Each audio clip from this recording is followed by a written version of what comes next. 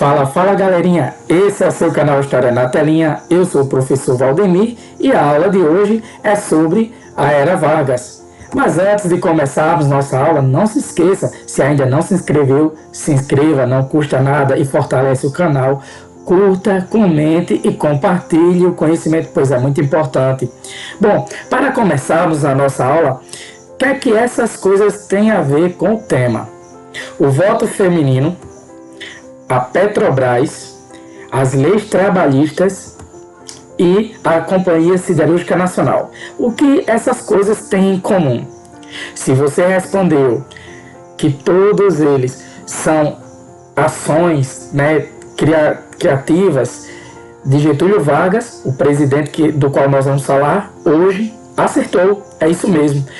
O voto feminino foi instituído no governo Vargas, a Petrobras, as leis trabalhistas e a Companhia Siderúrgica Nacional foram fruto do governo Getúlio Vargas. É isso que a gente vai aprender na aula de hoje. Vem comigo. Antes de começarmos a falar propriamente dito da Era Vargas, por que é chamado de Era Vargas? É porque ele ficou um período longo no poder, ficou 15 anos no poder no primeiro governo. Depois vocês vão entender por que primeiro governo. Só que antes dele chegar ao poder, aconteceram algumas coisas durante ainda a Velha República. O tenentismo foi um desses movimentos que sacudiram a Velha República antes de 1930. Que é o ano de chegada de Getúlio Vargas ao poder. Então, o que é o tenentismo? Tenentismo vem de tenente, vamos entender? Nos anos 1920, as oligarquias, lembra de oligarquias? Pequenos grupos, de pessoas muito influentes que dominavam o cenário político no Brasil, continuavam fazendo uso da corrupção e da violência para chegar e se conservar no poder. Eles fraudavam eleições, eles coagiam, ou seja, obrigavam várias pessoas a votarem nos seus candidatos, como era o caso lá do voto de Cabresto no interior, com os coronéis principalmente.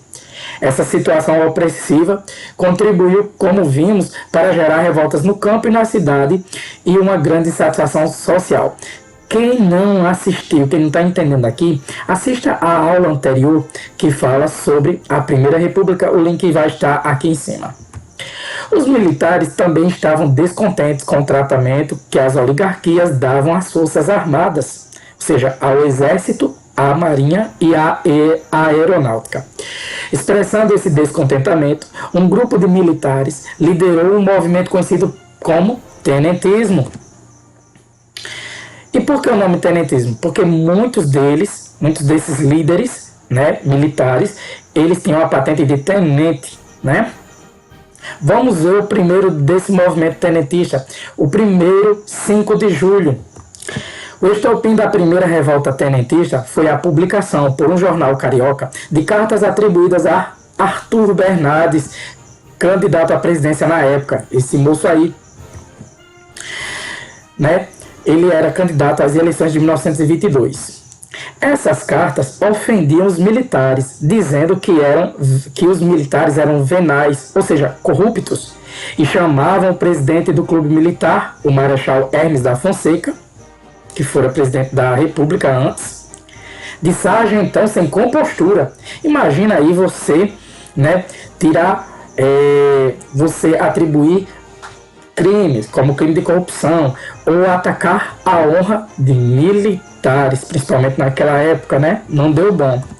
As cartas, apesar de serem falsas, provocaram indignação dos militares e de boa parte da opinião pública. Ou seja, o povo que lia aquilo ficou horrorizado, escandalizado. Como é que podem ofenderem a honra dos militares? Então eles exigiram que Arthur Bernardes retirasse sua candidatura.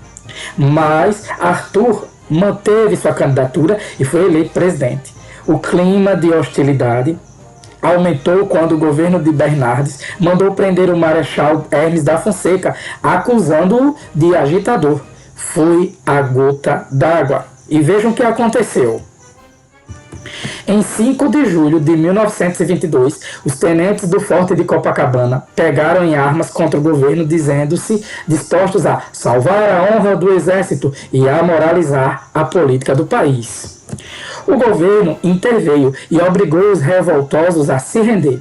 Centenas deles se renderam. 17 militares e um civil, ou seja, 18 pessoas no total, porém, saíram pela Avenida Atlântica dispostos a tudo. Na troca de tiros com as forças do governo, só 2 tenentes escaparam com vida: Siqueira Campos e Eduardo Gomes. Esse movimento é chamado de Os 18 do Forte de Copacabana, porque eram 17 tenentes, mas o civil, como vocês podem ver aqui de terno nessa foto. E os 2 que escaparam, né, com vida, Siqueira Campos e Eduardo Gomes. Siqueira Campos, Eduardo Gomes. O segundo, 5 de julho. 2 anos depois, em 1924, portanto, explodiu outro levante tenentista, só que dessa vez em São Paulo e não no Rio. Esse levante, ao contrário do primeiro, tinha objetivos bem definidos. Os tenentes exigiam, primeiro, a deposição do presidente Arthur Bernardes, ou seja, que ele saísse do poder, renunciasse. Segundo, a moralização da República por meio do voto secreto. Até então, o voto era aberto, era cantado, então você dizia em quem ia votar, isso era muito perigoso. Terceiro, a obrigatoriedade do ensino primário. Os militares queriam que o governo oferecesse o ensino primário, ou seja, da primeira, da pré-escola até a 4ª série, a todos os brasileiros de forma gratuita, gratuita entre aspas, né? Bancados com os impostos da população. E a 4ª proposição dos tenentes era a melhoria do ensino público, porque nem sistema de ensino público direito tinha escolas muito boas nas grandes cidades, mas nos interiores as escolas eram precárias, muitas delas funcionando em casas dos professores. Comandados pelo general Isidoro Dias Lopes, certo? E pelo major Miguel Costa, esses 2, Isidoro Dias Lopes e Miguel Costa, os militares rebeldes tentaram conquistar a cidade de São Paulo. Com forças mais numerosas e o apoio da aviação militar, o governo venceu os tenentes. E aqui você tem, né, as tropas, né, dos revoltosos, lá em São Paulo. E aqui, as tropas do governo. Porém, eles não desistiram. Cerca de 1.000 soldados formaram a Coluna Paulista, né? Um movimento, um grupo, né, de militares que saiu do terreno paulista afora, né, para conquistar a simpatia do público e se revoltar contra o governo. E deixaram São Paulo em direção a Foz do Iguaçu, lá no Paraná. Os rebeldes sulistas, por sua vez, comandados pelo capitão Luiz Carlos Prestes, esse moço aí, formaram a Coluna Gaúcha e marcharam até Foz do Iguaçu, a fim de unir-se, né, aos paulistas. Da junção da Coluna Paulista com a Coluna Gaúcha, nasceu a Coluna Prestes por conta do seu líder, que era Luiz Carlos Prestes. Mas afinal, o que era a Coluna Prestes? Nessa fotografia aqui, os principais líderes dessa coluna, né? Dentre os quais nós temos destacado Luiz Carlos Prestes. Com cerca de 1.800 homens, a Coluna Prestes, que era um grupo, né, de militares, partiu para a guerra de movimento. Saiu pelo interior do Brasil, buscando o apoio do povo para a luta contra o governo. Nos locais onde eram recebidos os rebeldes, onde eram bem recebidos, os rebeldes queimavam os registros de cobrança dos impostos, dizendo que assim livravam o povo dos abusos do governo. Olha só que coisa, eles chegavam, queimavam as cobranças de impostos e assim estavam declarando o povo livre da opressão do governo. Claro que isso soava muito bom aos ouvidos do povo, né, que não sabia o que ia acontecer depois, mas em alguns lugares eles não foram bem recebidos. Movimentando-se com rapidez, conseguindo munição e armamento do próprio inimigo, né, por meio de saques, e evitando as grandes cidades, a coluna Prestes percorreu 25 mil quilômetros através de 12 estados brasileiros. E nos combates que travou, manteve-se invicta. Agora, deixa eu mostrar aqui no mapa para vocês essas movimentações. A coluna paulista, que saiu de São Paulo e foi em direção a Foz do Iguaçu, em 1924. A coluna gaúcha, que saiu lá de São Luís Gonzaga, no Rio Grande do Sul, em direção a Foz do Iguaçu, entre 24 e 25. E a coluna Prestes, que ela vai se movimentar primeiro nessa linha aqui em rosa, né? Que ela sai do Paraná, passa por Mato Grosso, que era só um estado na época, passa pelo Goiás, que era só um estado com Tocantins, né? Tocantins, isso mesmo. E também passa pelo Maranhão, passa pelo Piauí, Ceará, Paraíba, Pernambuco, a pontinha de Alagoas e chega até a Bahia. E passa por Minas também. Então ele passou por vários estados, né? E nós temos, depois que eles pausam aqui na Bahia, eles prosseguem nessa linha em azul, né? Saindo da Bahia, passando por Pernambuco, pelo Piauí, né? Voltando à Bahia, passando pelo Goiás e chegando até o Mato Grosso, em San Martín, na Bolívia, né? E isso durou aí cerca de 2 anos, né? De 25 a 27. O que é que eles queriam, na verdade? O objetivo da coluna Prestes era chamar a população brasileira a se revoltar contra o governo e pedir a instalação de um governo comunista nos moldes da então, da recém, vamos dizer assim, União Soviética, né? A Rússia com outras nações, a URSS. Então, Luiz Carlos Prestes e todos os seus comandados, né, seus 1.800 homens, eles queriam instalar aqui no Brasil um regime comunista. Só que quando eles chegavam e a população não os recebia bem, então eles, além de fazer saques, eles promoviam violência e até estupros também. Isso é bom que fique claro. No início de 1927, os 600 homens que ainda integravam a coluna, já bastante abatidos, né, porque não tiveram o apoio popular que esperavam, decidiram se refugiar na Bolívia e no Paraguai. Há relatos de saques e estupros por onde a coluna Prestes passou. Talvez isso tenha causado a falta de apoio popular e tenha desestimulado os seus integrantes, como eu já falaram. 1930, um marco na história do país. Em um ambiente de grande insatisfação com as oligarquias dominantes, o presidente Washington Luiz, o então presidente da época, que tinha sido indicado por São Paulo, decidiu indicar o paulista Júlio Prestes para o seu sucessor. Lembrem da chamada política do café com leite, ou melhor, política do café com café, pois tanto Minas quanto São Paulo eram grandes produtores de café, na verdade. Era a vez de Minas Gerais indicar o seu sucessor, só que Washington Luiz indicou o paulista Júlio Prestes como sucessor, né? E aqui está Júlio Prestes e um dos cartazes da época. O governador de Minas Gerais, Antônio Carlos, esse nobre senhor, que esperava ser o escolhido, reagiu, se aliou às oligarquias do Rio Grande do Sul e da Paraíba, formando com elas a Aliança Liberal. Para disputar as eleições de 1930, a Aliança Liberal lançou o gaúcho Getúlio Vargas para presidente e o paraibano João Pessoa para vice-presidente. Nos seus discursos, mostrar aqui a foto dos dois, né? Getúlio Vargas à esquerda e João Pessoa à direita. Só um comentário rápido, nessa época aqui, a capital paraibana não se chamava João Pessoa, se chamava Paraíba, com H e com Y, certo?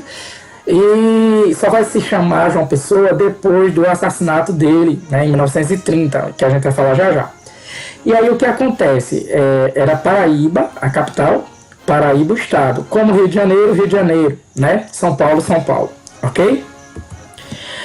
Nos seus discursos, Getúlio propunha, primeiro, o voto secreto.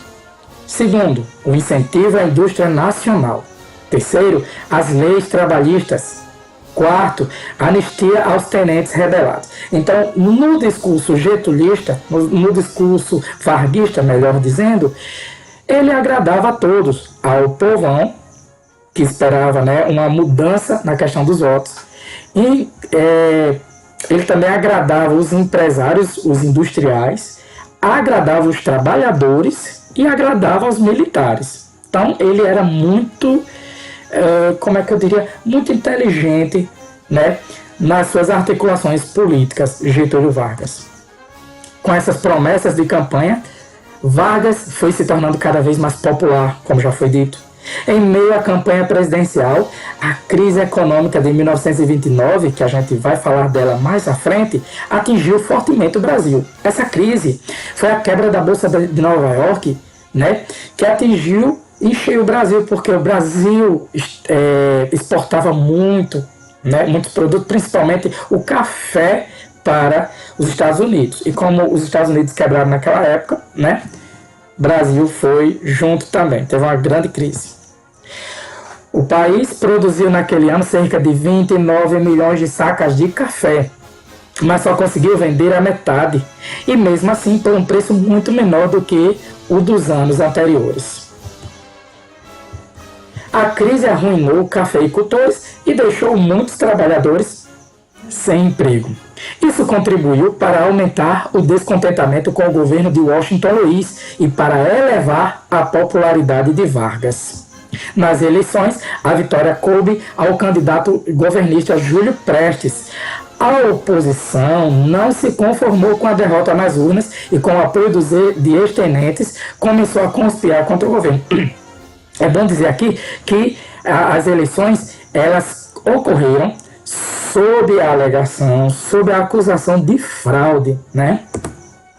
Um fato novo acelerou os acontecimentos. É que em julho de 1930, né, dia 3 de julho de 1930, ou é 6 de julho, agora estou em dúvida na data, João Pessoa, candidato a vice-presidente na chapa de Vargas, foi assassinado a mando de um de seus rivais na política da Paraíba. Olha, o assassinato de João Pessoa não tinha nada a ver com o cenário político nacional. O que acontece?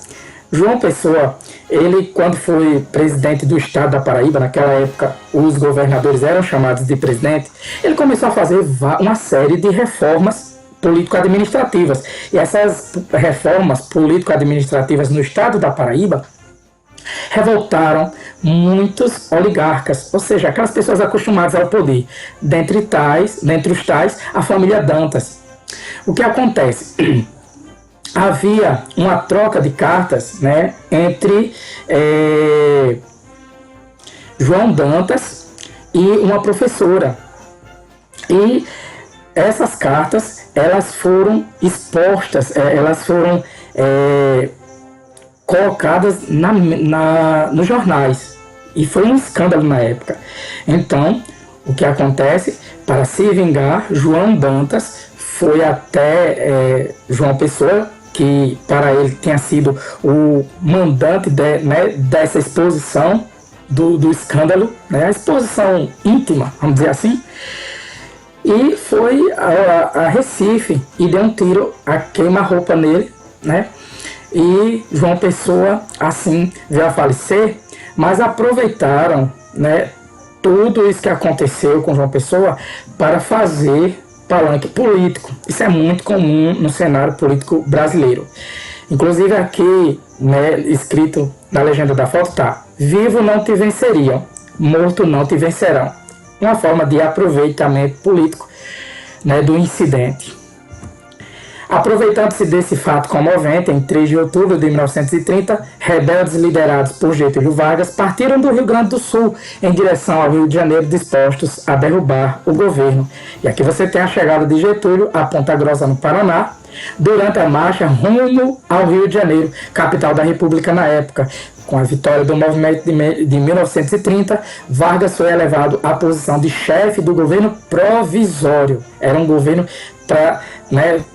para ser transitório, para a passagem de uma nova forma de governo, um novo governo permanente.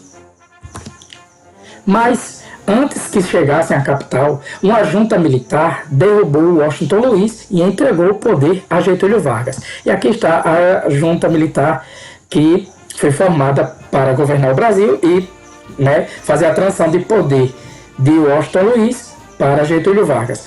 Foi o general Tasso Fragoso, da Aeronáutica, o general Mena Barreto, do Exército, e o comandante almirante Isaías de Noronha, da Marinha.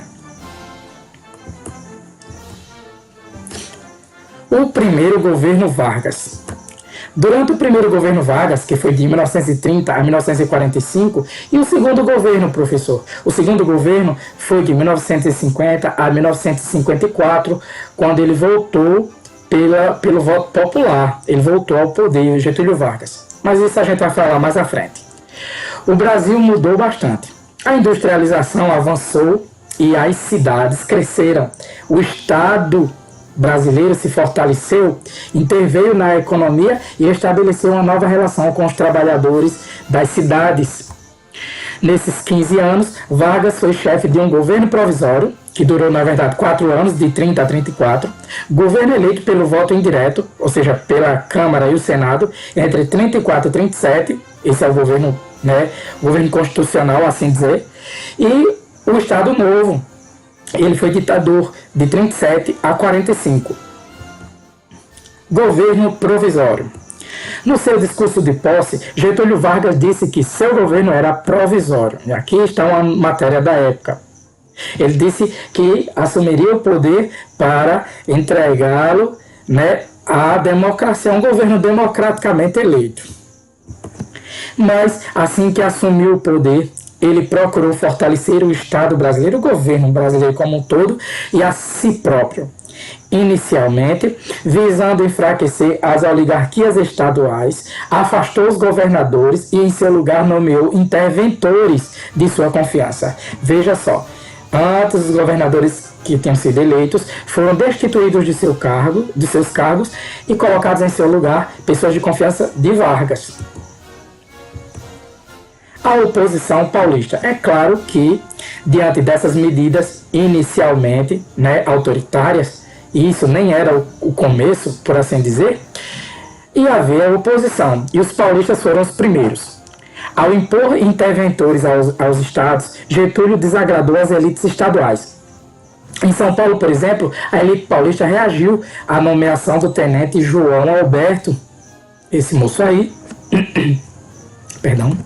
formando a Frente Única Paulista, FUP, que exigia, dentre algumas coisas, uma nova Constituição para o Brasil, ou seja, uma nova lei que norteasse o Brasil, e também a nomeação de um interventor civil, ou seja, uma pessoa que não fosse militar e que fosse paulista para o governo de São Paulo.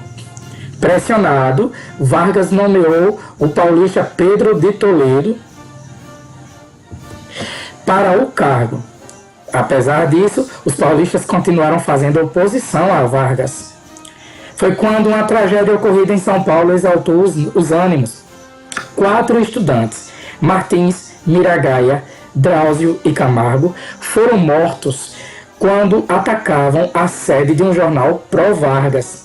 As iniciais dos nomes dos estudantes passaram a ser sigla e símbolo do movimento paulista, MMDC, que era muito fácil de assimilar porque é o mínimo múltiplo divisor comum em matemática. E aqui você tem uma arte desse movimento. O primeiro M de Miragaia, o segundo de Martins, o D de Drauzio e o C de Camargo, MMDC. Então, no dia 9 de julho de 1932, os paulistas, liderados pelo general Isidoro Dias Lopes, que você já tinha visto a foto dele antes, e pelo civil Pedro de Toledo, que eu mostraram ainda há pouco, pegaram em armas contra o governo federal no episódio conhecido como Revolução Constitucionalista.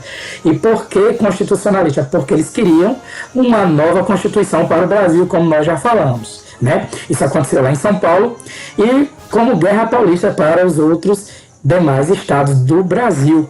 Então, para os paulistas foi uma revolução constitucionalista. Para os demais estados, Guerra Paulista. O jornal O Estado de São Paulo incentivou e apoiou o movimento paulista contra Vargas. Inclusive, você tem aqui uma matéria da época do Estado de São Paulo. Está vitorioso em todo o estado o movimento revolucionário de caráter constitucionalista. Na sua guerra contra as tropas federais, os paulistas foram apoiados apenas pelo Mato Grosso. O governo federal tinha navios mais soldados vindos de vários estados do Brasil, especialmente do norte, e maior poder de fogo também. Por isso venceu os paulistas em poucos meses. E aqui você tem algumas imagens dessa época aí da Revolução de 1932, como os paulistas chamam. Embora derrotados militarmente, os paulistas se consideraram moralmente vitoriosos, pois o governo convocou uma Assembleia Constituinte, e quando isso acontece é para fazer uma nova Constituição, né? São reunidos deputados e senadores para fazer uma nova lei para o país. No dia 16 de julho de 1934, votou e aprovou a terceira Constituição do Brasil, né? Nós tivemos a primeira de 1891, a segunda de 1916 e a terceira de 1934. Isso só na República. Ainda tem a que vigeu, né? Ou seja, que durou durante todo o Império de 1824. Aqui você tem uma foto dessa Assembleia Nacional Constituinte. Onde foi que ela aconteceu? Na capital do Brasil, na época que era o Rio de Janeiro. A Constituição de 1934. Já que falamos dela, vamos ver o que é que ela trazia? Conheça as principais mudanças introduzidas pela Constituição de 34. Primeiro, o voto secreto. Com ele, dificultava-se a prática da corrupção eleitoral, tão comum em décadas anteriores. Segundo, o voto feminino. Ganhando o direito ao voto, as mulheres passaram a ter importância na política. Como vocês podem ver essa fotografia aqui, na Assembleia Nacional Constituinte, que elaborou a Constituição de 24, via-se entre os homens uma única mulher, aqui em destaque, né, com a roupa mais clara. Seu nome era Carlota Pereira de Queiroz. Foi ela a primeira mulher a ocupar o cargo de deputada no Brasil. Sua eleição foi fruto da luta das mulheres pelo voto feminino durante a Primeira República. Nessas lutas se destacou a líder feminista Berta Lutz, que viveu entre 1894 a 1976. Outra coisa que a Constituição de 34 trouxe, a justiça eleitoral. Tinha como objetivo zelar pelas eleições. Mais uma coisa, o ensino primário gratuito de frequência obrigatória para as crianças de todo o Brasil. A criação da Justiça do Trabalho, né, uma justiça voltada especificamente para as relações trabalhistas, e também trazia os direitos trabalhistas. Foram reconhecidos direitos como a jornada de 8 horas diária, descanso semanal remunerado, indenização por dispensa sem justa causa, ou seja, se você fosse demitido sem a justa causa, você seria indenizado. Proteção ao trabalho do menor e da mulher, né? Férias anuais remuneradas. Então, a partir de então, o trabalhador poderia gozar, né, aproveitar de 30 dias de férias, né, sem se preocupar com seu salário, porque ia cair na conta direitinho, ia ser pago, aliás. E a estabilidade da gestante, ou seja, nenhuma gestante poderia ser demitida, entre outras inovações legais. A Constituição previa também que o próximo presidente seria escolhido por meio de eleições indiretas, ou seja, seria escolhido por meio da votação de deputados e senadores, e não pelo povo. A vitória nessas eleições coube a quem? Getúlio Vargas. O governo constitucional de Vargas. É esse que ele dá início após a Constituição de 34, certo? Vai durar 3 anos. Quando Vargas assumiu o governo, o Brasil sofria dos efeitos da Grande Depressão, que foi de 29 a 33. As falências, o desemprego e a inflação em alta elevavam a tensão social. Ou seja, as pessoas estavam bastante nervosas, as pessoas estavam preocupadas com relação aos rumos da economia, porque havia muita inflação, desemprego e falências. Esse contexto facilitou a penetração de ideias vindas da Europa e a radicalização da política. Surgiram no Brasil 2 grupos políticos rivais, os integralistas e os aliancistas. Vamos ver cada um deles? Os integralistas, liderados pelo escritor Plínio Salgado, certo? Seguiam os princípios do fascismo de Benito Mussolini. Plínio Salgado aqui à esquerda, Benito Mussolini aqui à direita, certo? Benito Mussolini foi um dos líderes, da Itália na época do fascismo, do nazismo, nos anos 30, e a gente vai falar dele quando for falar da Segunda Guerra Mundial. Em 1932, os integralistas fundaram a Ação Integralista Brasileira, a AIB, uma organização política que tinha por lema Deus, Pátria e Família, e que defendia um governo autoritário dirigido por um chefe e um partido único, o predomínio dos interesses da nação sobre os do indivíduo e a censura aos meios de comunicação. Então, como você pode ver, é um programa, são ideias de cunho fascista, autoritário. Porque o que é o fascismo? O fascismo é você pensar na nação de modo coletivo, o indivíduo não tem vez, quem tem vez é o líder, ele determina tudo, só há um partido e nenhuma oposição política que deve ser perseguida, tá? E aqui você tem alguns integrantes desse movimento da Ação Integralista Brasileira, a AIB, E aqui o símbolo é uma letra grega chamada sigma. Sigma é usado para a soma em matemática, Inclusive você pode ver que tem um sacerdote católico, aqui, ó. A AIB conseguiu o apoio de membros das camadas médias do alto clero da Igreja Católica, do empresariado e das Forças Armadas e chegou a reunir mais de 100 mil filiados. Em oposição aos integralistas, foi fundada no Brasil em 1935 a Aliança Nacional Libertadora, ANL, uma frente popular liderada pelos comunistas e chefiada pelo ex-capitão Luiz Carlos Prestes, aquele que liderou a coluna Prestes cerca de 10 anos antes. Então, o que acontece? Aqui você tem algumas imagens e propaganda, cartazes pró movimento dessa ANL, a Aliança Nacional Libertadora. Os principais pontos do programa dos aliancistas eram o não pagamento da dívida externa brasileira, ou seja, o governo não deveria pagar aos credores que têm emprestado dinheiro antes, lá de fora do país, a nacionalização das empresas estrangeiras, todas as empresas que estivessem aqui no Brasil, que fossem estrangeiras, deveriam ser nacionalizadas, ou seja, tornadas brasileiras, dirigidas pelo governo brasileiro. Reforma agrária, que é o repartimento de terra, para as pessoas que não tinham terra. A formação de um governo popular. Tudo isso é muito bonito, no discurso, mas na prática isso não se daria. Aliás, se daria sim, como aconteceu lá na Rússia em 1917, que a gente vai falar mais à frente, tá? Em suma, os dois, tanto os integralistas como os aliancistas, no fim das contas, resultariam em ditaduras para o Brasil, Mas o Brasil não escapou de nenhum deles.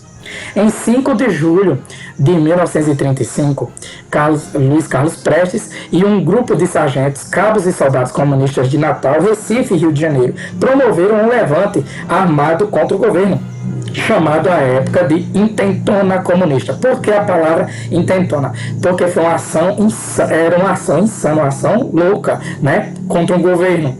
Né? A intentona comunista porque eles queriam instalar o comunismo no Brasil. E aqui você tem, né, uma foto de alguns que participaram da intentona comunista. O governo Vargas sufocou o levante e prendeu e torturou os simpatizantes da Aliança Nacional Libertadora, né? Tanto comunistas como não. As cadeias das principais cidades brasileiras encheram-se de presos políticos, entre os quais o escritor alagoano Graciliano Ramos, né, que escreveu a famosa obra Vidas Secas. Ele também foi preso por Getúlio Vargas.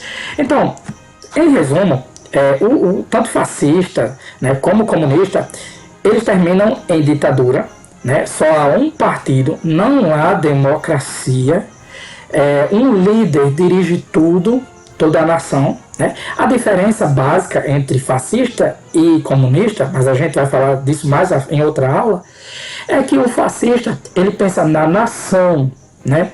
Na nação, exalta a nação, é o coletivo em torno da nação. Já o comunista é o coletivo em torno da classe trabalhadora. Eles dizem representar a classe trabalhadora, só que quem se beneficia é quem está próximo ao poder. O Estado Novo. Lembra que eu disse que o Brasil não escapou de uma ditadura? Pois é, a primeira que a gente vai ver aqui, ó. As eleições para presidente da República estavam marcadas para o início de 1938. Vargas, no entanto, não estava disposto a deixar o poder. Por isso, ele anunciou pelo rádio que havia descoberto o Plano Cohen, que, segundo o qual os comunistas iriam provocar greves, incêndios em igrejas e assassinato do presidente. E aqui você tem uma notícia da época. As instruções do Comintern, como era chamada a Terceira Internacional Comunista lá da União Soviética, para a ação dos seus agentes contra o Brasil. O tenebroso plano foi apreendido pelo Estado-Maior do Exército. Mas olha, na verdade o Plano Cohen era falso, mas serviu de pretexto para que, em 10 de novembro de 1937, Vargas desse o golpe, né, e implantasse uma ditadura, que ele chamaria de o Estado Novo. Aqui você tem Vargas lendo em cadeia nacional, de rádio, as razões que o levaram a desechar o golpe de 1937, definido por ele como início de uma revolução que mudaria o Brasil. Olha, agora cabe aqui uma pausa e um comentário breve. O Plano Cohen era falso, né, como se mostrou, mas documentos mais tarde revelados, como cartas enviadas por Luiz Carlos Prestes, que era comunista, à União Soviética, pediam que enviasse urgentemente, na União Soviética, enviasse um agente soviético para o Brasil. Então a União Soviética estava, né, vigiando aqui o Brasil, sondando o país, né, para estimular que ele se tornasse uma nação comunista nos moldes soviéticos desde os anos 20 para os anos 30. E nesse sentido, Luiz Carlos Prestes foi um dos principais agentes, junto com sua esposa Olga Benário. Naquele mesmo dia, Getúlio Vargas fechou o Congresso Nacional e impôs ao país a Constituição de 37, que permitia ao presidente governar por decretos-leis, leis escritas e impostas pelo presidente. As eleições presidenciais foram suspensas, as greves foram proibidas e os sindicatos passaram a ser ainda mais controlados pelo governo. Para presidir os sindicatos, Getúlio Vargas nomeava somente quem fosse do seu conhecimento e da sua confiança. Vargas iniciou seu novo governo decretando a extinção de todos os partidos políticos. Inconformados, os integralistas atacaram o Palácio Guanabara, lá no Rio de Janeiro, residência do presidente, em maio de 1938. Essa foi a ação, né, dos integralistas contra o presidente, porque até eles, que eram fascistas, e Getúlio Vargas, ele tinha tendências, se você for ver, né, for prestar atenção nas suas maneiras de agir, na sua maneira de governar, ele tinha feições, né, ações que davam a entender que ele era fascista, sim, pois era autoritário, dentre outras coisas. Bom, ajudado por sua Guarda Nacional, Vargas resistiu ao golpe à bala. A seguir, aproveitou-se do episódio para mandar prender os seus adversários, né?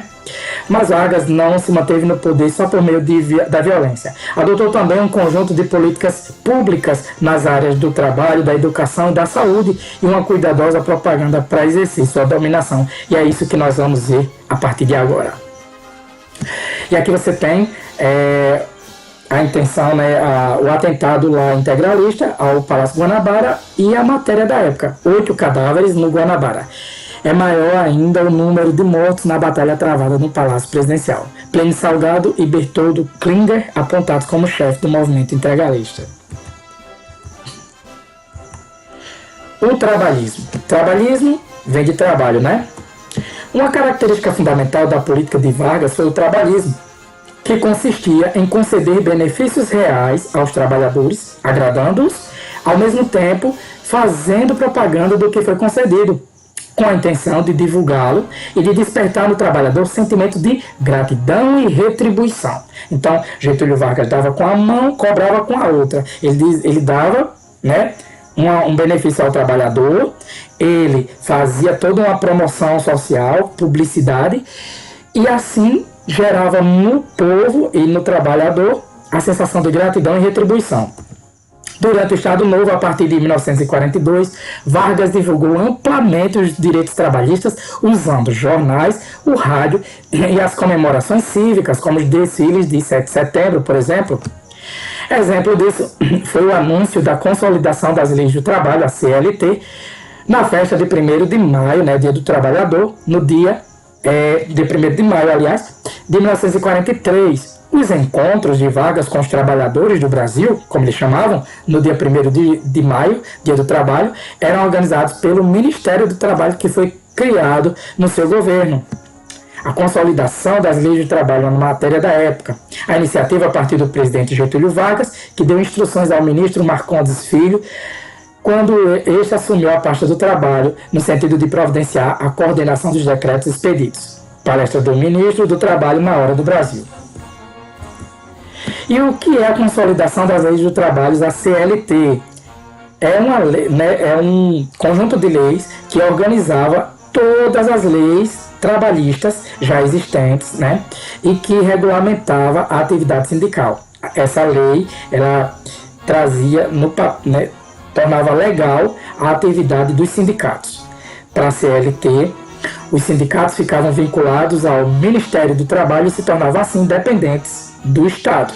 Então, quer queira ou quer não, Getúlio Vargas concedia benefícios aos trabalhadores, mas soube também manipulá-los por meio dos sindicatos, né, quando ele ligava o sindicato ao governo brasileiro.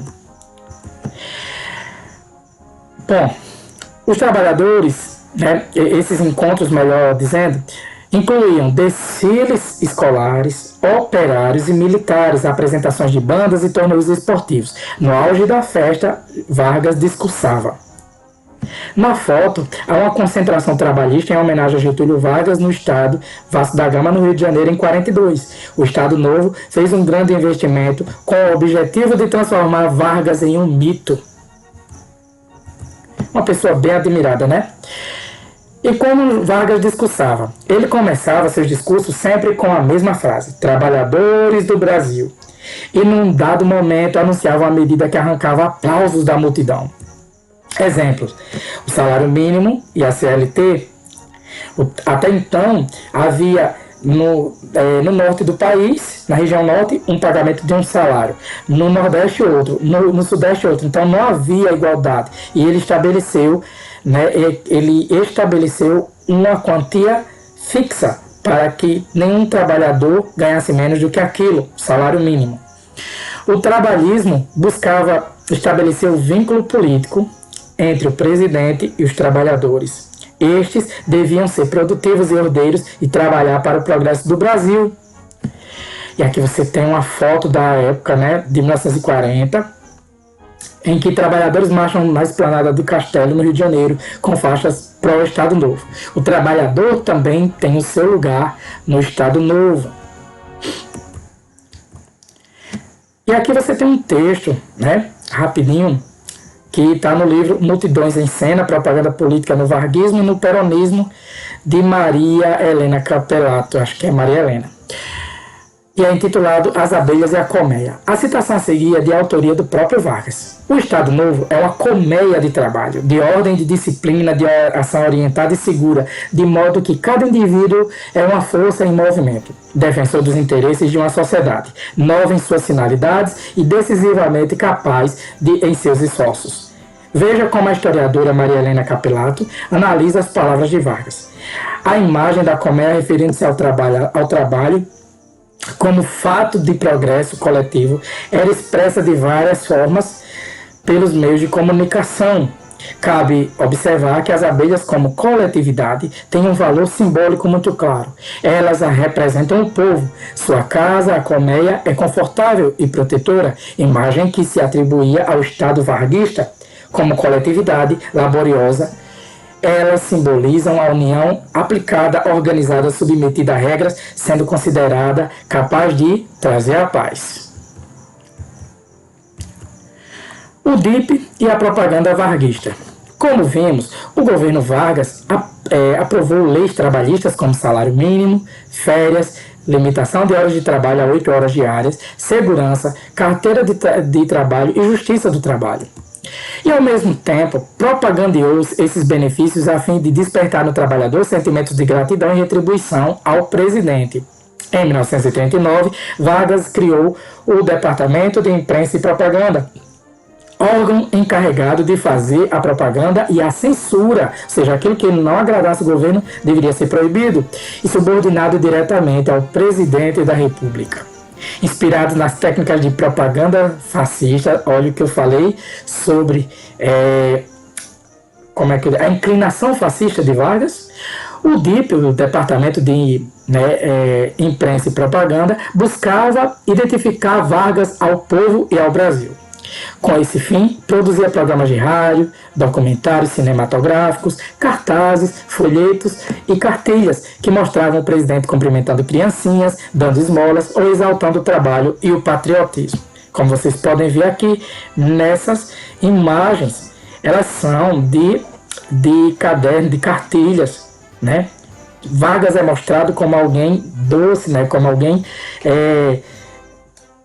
que cativa as crianças, como um líder cativante, né? As crianças todas deveriam admirá-lo. E aqui mais propaganda. Getúlio Vargas, o amigo das crianças, comemorações do Estado Nacional, a voz das classes e na palavra do chefe, 1942. E mais propaganda, sempre de cunho nacionalista. Ou seja, muito mais fascista, né? Mas além disso, esse Departamento de Imprensa e Propaganda também exercia severa censura sobre jornais, revistas, rádio, cinema e demais manifestações culturais. O controle sobre os meios de comunicação era tão grande que, a partir de 1940, o DIP negou o registro de 420 jornais e 346 revistas. E, ao mesmo tempo, cassou o registro daqueles que faziam críticas ao governo. Se criticasse, era proibido, era cassado. Os meios de comunicação de massa mais usados por Vargas, pelo governo Vargas, foram o jornal e o rádio.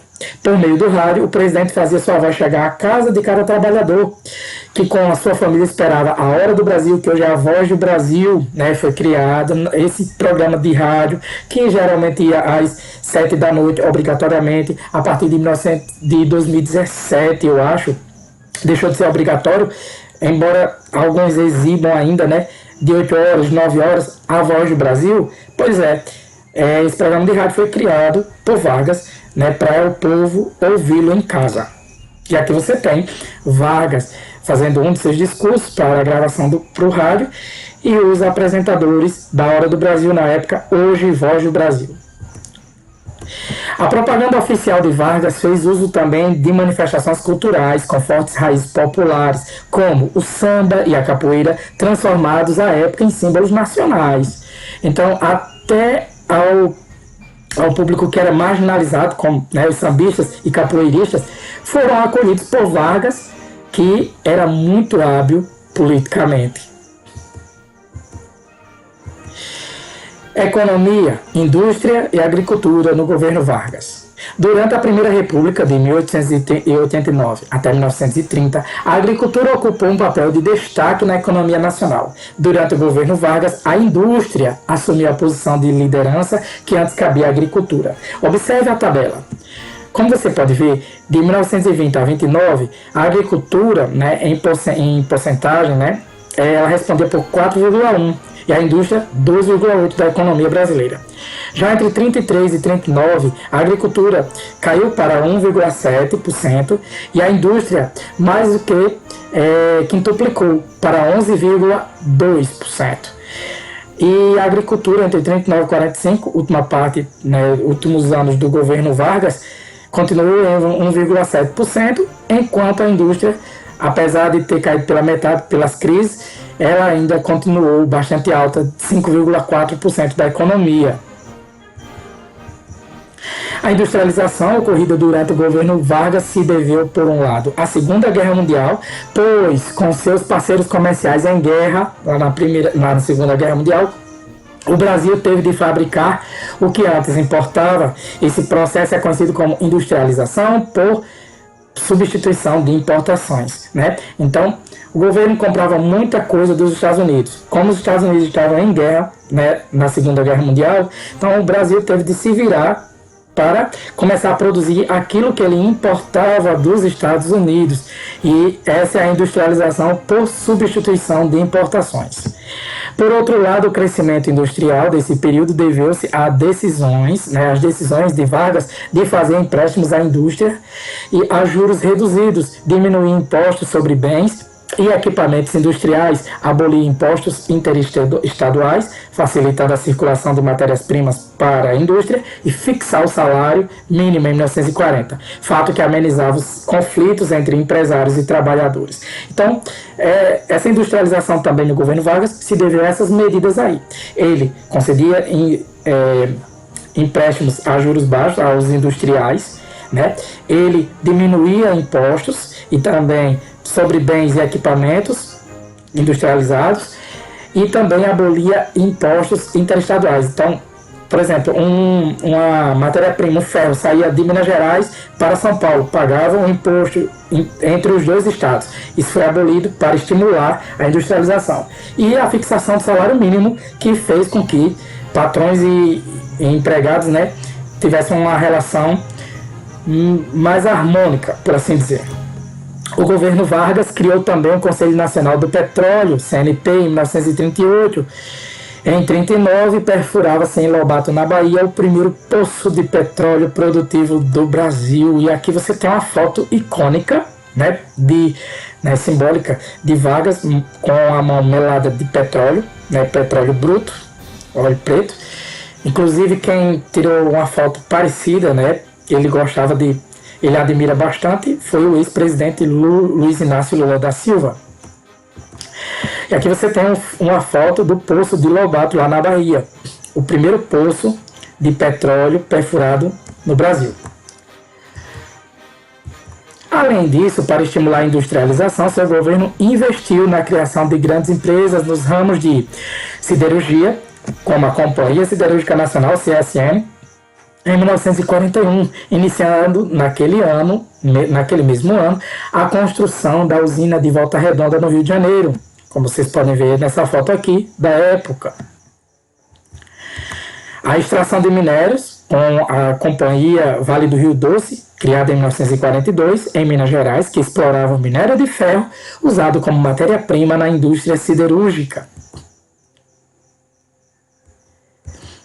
E a geração de energia com a Companhia Hidrelétrica do São Francisco, né, a CHESF, que é criada em 1945.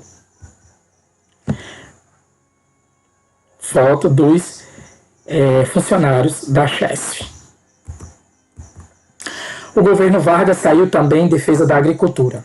Para defender o preço do café, mandou queimar ou lançar ao mar 30 milhões de sacas entre 1931 e 1939 e criou um imposto por pés de café, a fim de inibir novos plantios. Ou seja, se você plantasse mais pés de café, pagaria mais. Então, o produtor acabava plantando, né, se controlando para não plantar mais.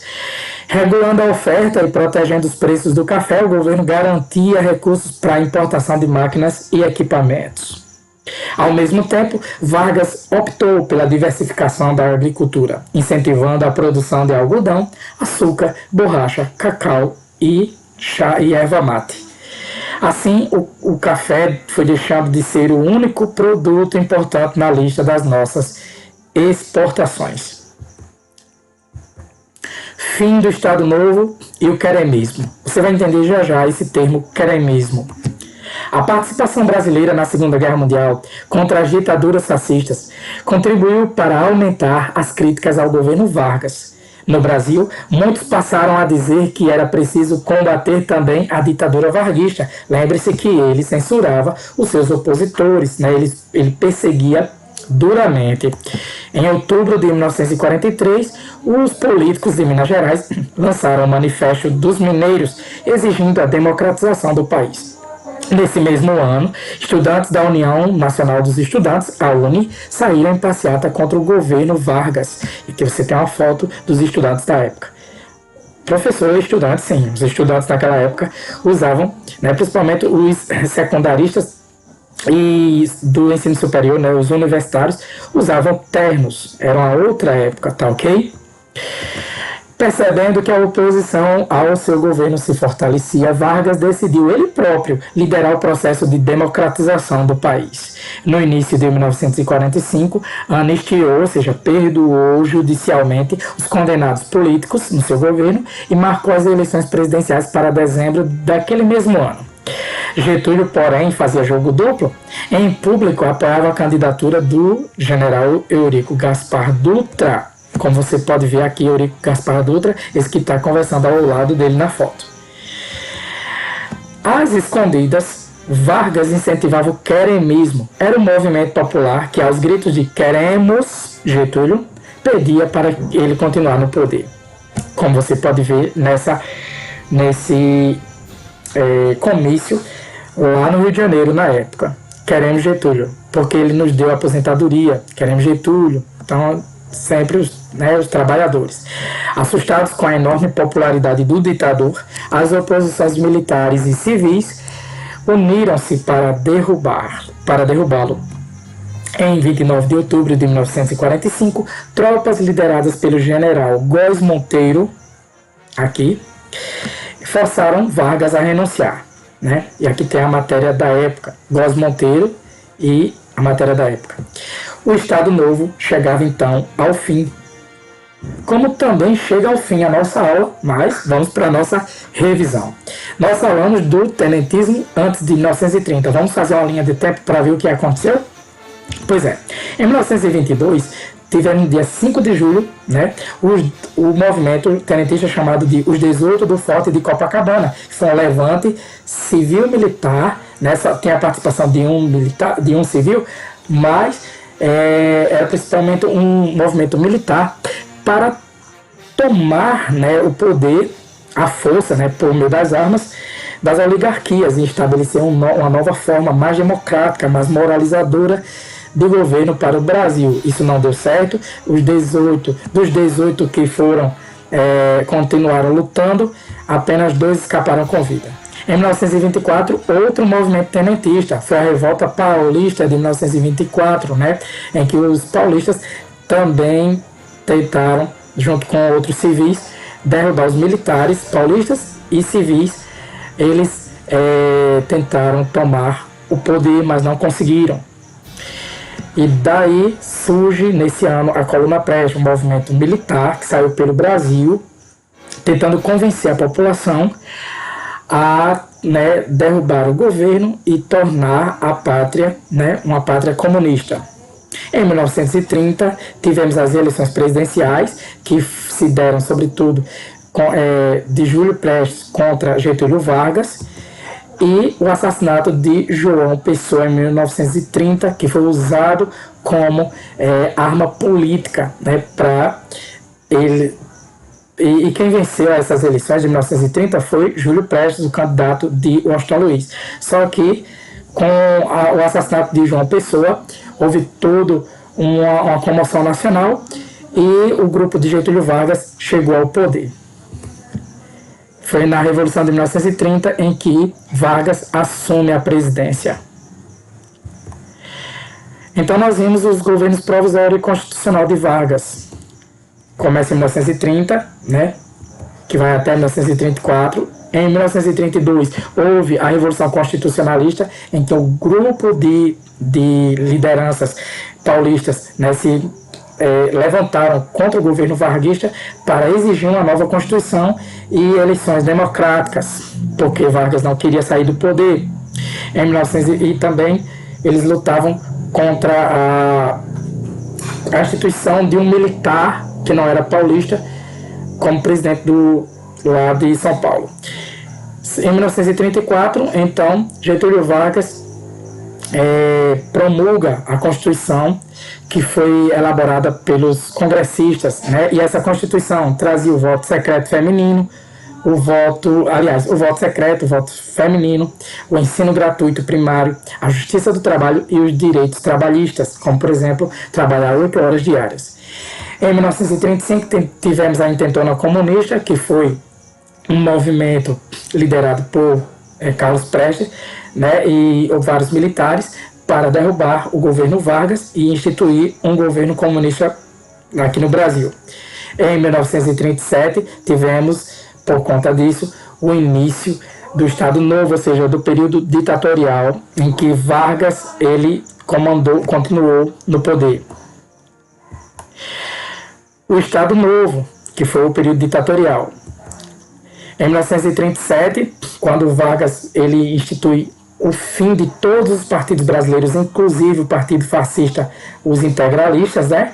Eles atacam o Palácio da Guanabara, mas são assassinados. Em 1938, houve a criação do programa Hora do Brasil, programa radiofônico, em que Getúlio Vargas ele transmitia, né, ele noticiava, propagandeava todas as ações de seu governo, que dura até hoje, esse programa. Em 1939, houve a criação do Departamento de Imprensa e Propaganda, órgão do governo para controlar, né, para censurar tudo que fosse contra o governo e para propagar aquilo que era bom para o governo. Em 1941, houve a criação da Companhia Siderúrgica Nacional, CSN. Em 1942, houve a criação da Companhia Vale do Rio Doce. Em 1943, houve a criação da Consolidação das Leis Trabalhistas e um protesto da UNE, né, da União Nacional dos Estudantes, contra a ditadura varguista. Em 1945, foi o fim do Estado Novo. Então, pessoal, essa foi nossa aula, tá certo? Eu espero que vocês tenham gostado. A aula, ela é extensa mesmo, o conteúdo é extenso, então não dá para fazer por menos, tá certo? E é isso. Então, fica aqui o meu muito obrigado pela atenção de vocês. E já sabe, curta, comente, compartilhe e se inscreva. Muito obrigado, galerinha. Um grande abraço, fiquem com Deus e tchau, tchau. Estudar é preciso.